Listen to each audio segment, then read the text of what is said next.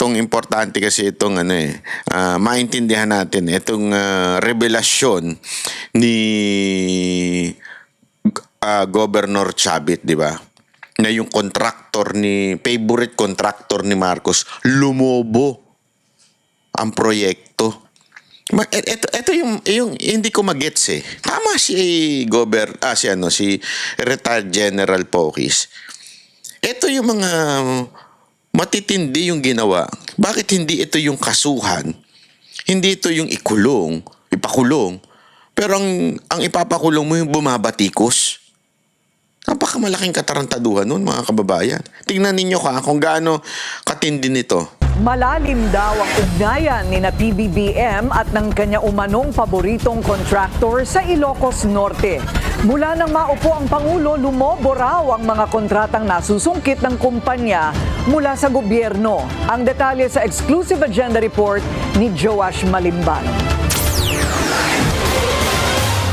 Tila mayroon daw favorite contractor si Pangulong Bongbong Marcos sa Ilocos Norte. Yan ang inilahad ni former Ilocos Sur Governor Chavit Singson sa isang press conference ngayong araw.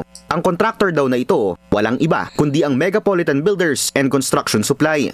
Bawal yan, pero paborito na ng kontraktor. Karamihan, bilyon ang binigay sa kanya. Noong konsel pa lang itong si Alcid, kontraktor na, paborito na ni Bongbong Marcos na kontraktor ito. So, wala na silang hiya. Konsyal pa lang, favorite contractor na ito ni Marcos. Mayor na, binigyan pa ng bilyones na construction. Isipin mo mayor na, meron contractor pa rin siya ng gobyerno na pinagbabawal. Ayan po yung napakalinaw ng pagkasabi ni Governor Singson, ni former governor.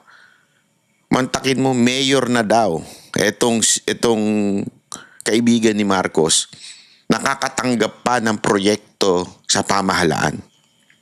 Allegedly. Ganun katindi. At ito nga, ni-research din mismo ng bilyonaryo. Totoo ba yung sinasabi ni Governor Chavit? Kasi remember ito po'y hindi lang basta-basta akusasyon. Ito po'y may ebidensyang inilabas si Chavit. At pinag-aralan din ng bilyonaryo, sinisigurado, totoo ba yan? At ito napatunayan nila. Matindi. Flood control sa Ilocos Norte. Una nang iniulat ng Billionaire News Channel na direktang pagmamayari ni incumbent Lawag City Mayor James Brian Alcid ang Megapolitan Builders. Hanggang sa kasalukuyan, pangalan niya ang nakalagay bilang authorized managing mayor na yan Tandaan ninyo, pinagbabawal sa batas yan. Even mayor siya pa rin ang managing officer saan ka nakakita nun sa Pilipinas, mga kababayan? Bawal. Nasa batas. Politiko ka. Pumasok ka sa proyekto, nasa sa gobyerno, ikaw ang mayor. Anak ng tutsang kalabaw yan. Katarantaduhan, di ba? Tapos ang may ganang pakulong ni Marcos, etong sila Pocis, kagaguhan Gago! officer ng kumpanya sa DPWH Contracts. Kahit na 2022 pa siya nagsimulang umupo sa pamahalaan bilang konsehal. Matapos si endorso ng Team Marcos noong 2025 elections, tinalo niya sa pagkaalkalde ng Lawag City si former Mayor Michael Marcos Quion, isang kilalang kritiko ng pamilyang Marcos. Kahit tinalo niya isang Marcos na kritiko ni BBM. Ito kaaway ito ni BBM, pero Marcos ito tinalo. Mantakin mo, natalong isang Marcos doon sa lugar nila. Ano nangyari yun? Tanong natin kay Chairman George Garcia. Alam mo naman yun, si Himala, kasalanan ba? Humingi ako sa'yo ng Himala. Napinsang buo siya ni PBBM. Sinuri ng Billionaire News Channel ang mga kontratang napanalunan ng Megapolitan Builders. Yan. 2016 hanggang 2025. 2016 hanggang, abot sa 334 contracts worth 8.8 billion pesos. 8.8 billion. Wow. Mga kababayan, billion ito. Pag 8.8, so sabihin mo na i-round up na natin sa 9. Okay, 9 billion na proyekto. Ibig sabihin yan, 9,000 million. Ganon kalaki yun. Eh, yung 1 milyon na nga lang. Ang hirap ng bayaran sa credit card. Ayan, 900. Ay, 9,000 million. Kasi 9 billion eh. ang nakubra ng kumpanya. Pero kung hihimayin ito, tila mas malaki pa ng 5 beses ang nakubrang kontrata ng Megapolitan Builders mula 2022 hanggang 2025. 2022 times 5. Ito hindi ho ito si Chabit lang. Bilyonaryo na, isang media na ang naglabas nito. Na talagang nag-times 5 yung kanyang nakuhang kontrata sa gobyerno. Kaysa 2016 hanggang 2021. From 2016 to 2021, 152 contracts worth 1.9 billion peso. Nung 2016 to 2021, that is more or more 5 years. Nung panahon ni Pangulong Duterte, meron na ito 1.9. Ito yung mga panahon na alam naman natin, hawak nila ang Ilocos, o mga congressman dyan, mga bata nila. Pero tingnan ninyo yung susunod Ang nakuha ng Megapolitan. Marami pa sa mga kontrata nito mula 2016 hanggang 2018, naka-joint venture sa iba pang mga kumpanya. Gumamit pa ng ibang di ba? Wait, yeah. Yan yung ginagawa nila para makalusot joint venture di ba? Gumamit pa sila ng iba kasi siyempre nahiya pa sila kay siguro iniisip nila hindi atin itong speaker ni Duterte. So, kailangan medyo palusutan muna natin. Di atin to. Pero nung 2022 na, tingnan nyo, garapalan na. Hindi aabot sa 500 million pesos worth of contracts ang napananalunan ng kumpanya sa mga taong ito. Pero pagputok ng 2022, kasabay ng pagiging konsehal ni Alcid at pag-upo bilang Pangulo ni PBBM, biglang umakyat sa 917 million pesos ang presyo ng mga kontratang nakuha ng Megapolitan Builders. Pagsapit ng 2023, dumoble ito sa 2 billion pesos. 2 billion. Dumoble na. Unang taon pa lang, pumalo na ng alaki. Ngayon, nung naging 2023 na, dumoble na. Worth of contracts muli noong 2024 at 1.8 billion pesos naman noong 2025. Sa kabuuan, aabot sa 6.9 billion pesos ang presyo ng mga kontratang nakuha. Yung kanina kasing almost 9 billion, kasama yung 2021, kasama yung 2016 to 2021. So kung tatanggalin mo yun, ito na daw yung from 2022 hanggang ngayong kasalukuyan ay 6.9 billion. So i-round up natin 7. So 6.9. Kumpanya sa loob lang ng 3 taon mula 2022. Malayong-malayo sa 1.9 billion pesos worth of contracts na nakuha nito sa loob ng 5 taon mula 2016. So, imaginein mo malayong-malayo from the 5 years na hindi si BBM ang presidente, at nung naging presidente in 3 years, ang laki ng nilobo. Ano ibig sabihin nun? Hindi. Tanga na lang ang magsasabing, it's a coincidence. Ano kayo sasabihin ni Auntie Claire? Ayan na lumalabas na. Sasabihin niya, walang kinalaman si BBM dyan. Singhot pa ng utot. Yan naman ang ginagawa ng mga ngayon Singhot ng utot ni BBM. Tapos, ilalabas nila sa bibig nila, iba. Pero akala nila mabango, mabantot din. Parang nagkaroon ng utot sa bibig. Tama, mali. Hanggang 2021. Hindi pa kasama dyan ang JC08. Ito pa, meron pang JC08 Builders. Talagang, sino naman to? Isipin mo, yung pagiging garapal, nagkaroon ng extension. Ano tong extension? Pakingge. Builders Corporation na nakakuha ng 123 contracts worth 679 million pesos mula 2024 na nakapangalan naman sa kapatid ni Alcid. Kita nyo yung katarantaduhan, Gago! Nag-extend. Para bagang sinabi, dagdagan pa natin. Ikaw na may-ari nito, isang kumpanya na to.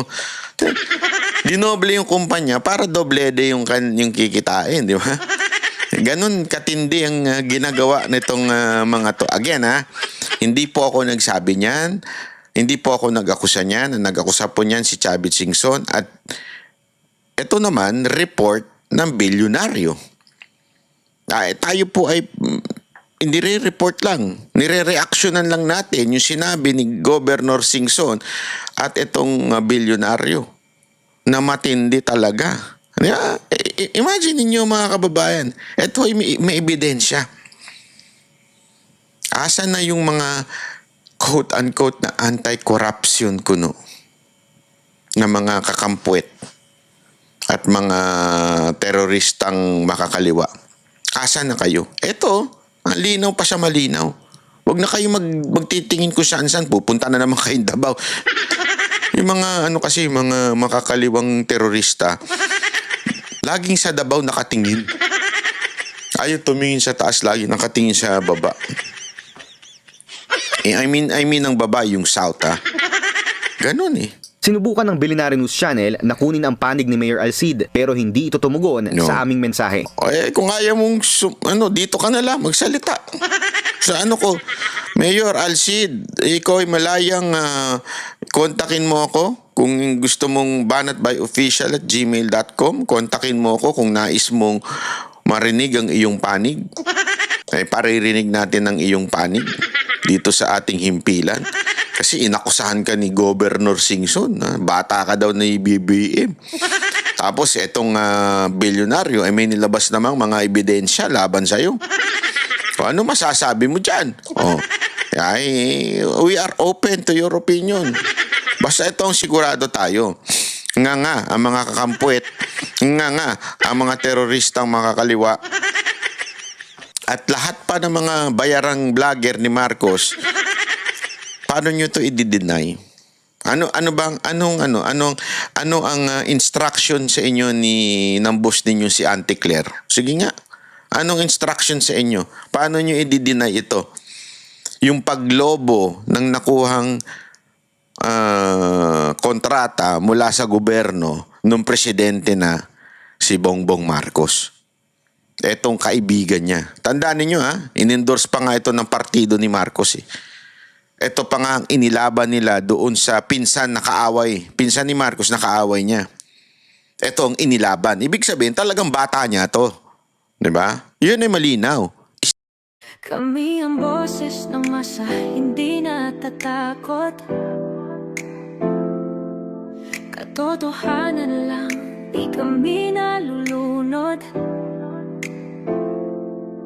Walang bahid ng sismis, lahat ay totoo. Kahit sino ka pa, pag mali ka babanatan ka.